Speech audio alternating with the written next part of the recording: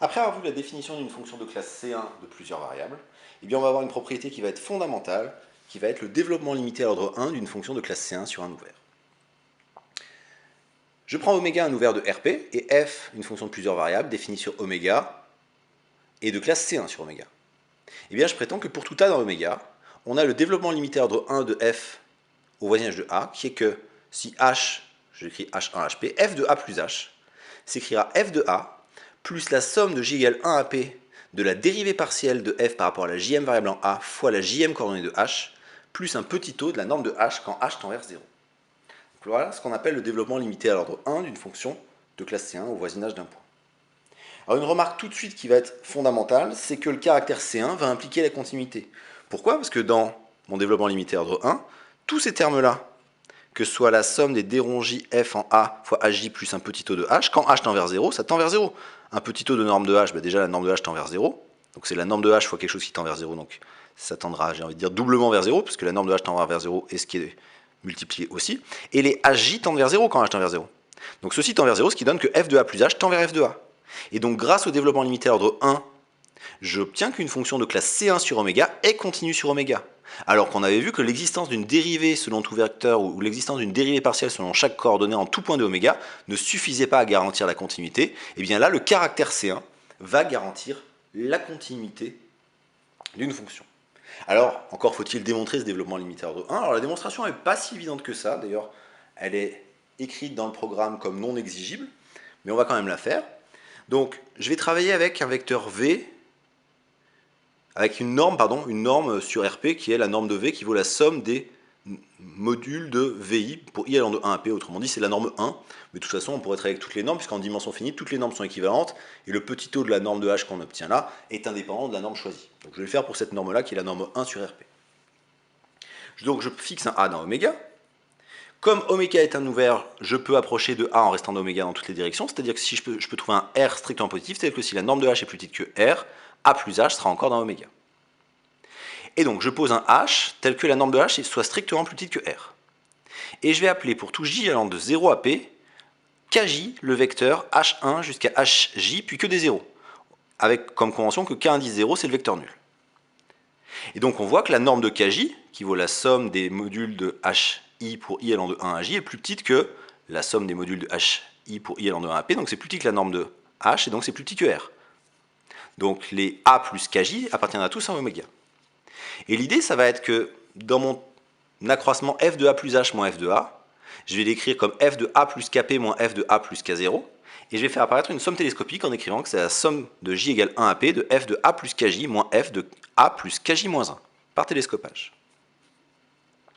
Sauf que si je développe f de a plus kj moins f de a plus kj moins 1, je vois que dans a plus kj et dans a plus kj moins 1, toutes les coordonnées sont égales, elles valent tous a1 plus h1 jusqu'à aj-1 plus hj-1. Simplement, pour la jm, ici j'ai aj plus hj, alors que ici j'ai aj tout court, et après j'ai aj plus 1 jusqu'à ap. Et donc, je vois que toutes les variables sont les mêmes, sauf la jm, qui ici vaut aj plus hj, et ici vaut aj tout court. Et bien donc, ça, qu'on pourrait écrire comme f de hj, ou plutôt g de hj moins g de 0, où g c'est l'application partielle où toutes mes coordonnées sont fixées sauf la jm, et bien cette application elle est dérivable. Et donc je peux écrire que ça, c'est l'intégrale entre 0 et hj de la dérivée de cette application partielle en a1 plus h1 jusqu'à aj-1 plus hj-1.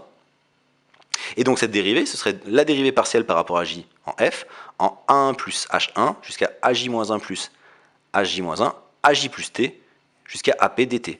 Pourquoi? Parce qu'une primitive de cette application-là, c'est l'application qui a t donne f de a1 plus h1, etc. jusqu'à aj-1 plus hj-1, aj plus t, aj plus 1 jusqu'à ap. La valeur en hj fait cette valeur-là, et la valeur en 0 vaut cette valeur-là. Et donc là, on reconnaît la dérivée partielle par rapport à la jm coordonnée de f en a plus kj-1 plus t fois ej, où E1EP est la base canonique de Rp.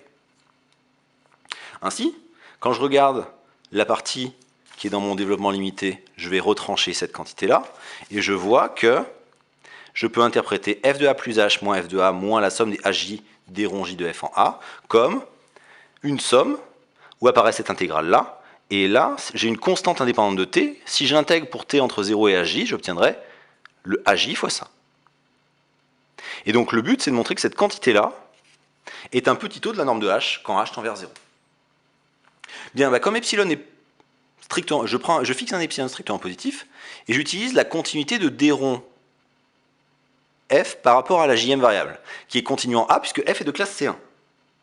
La continuité d'une application, ça veut dire qu'il existe un delta positif, tel que si la norme de V est plus petite que delta, le module de d rond f par rapport à la jm variable, alors A plus V moins d rond j de f en A, est plus petit que epsilon. Et donc je vais prendre un h tel que la norme de h soit plus petit que le minimum entre r et delta, donc le plus petit que r pour qu'on puisse écrire tout ce qu'on avait avant, et plus petit que delta.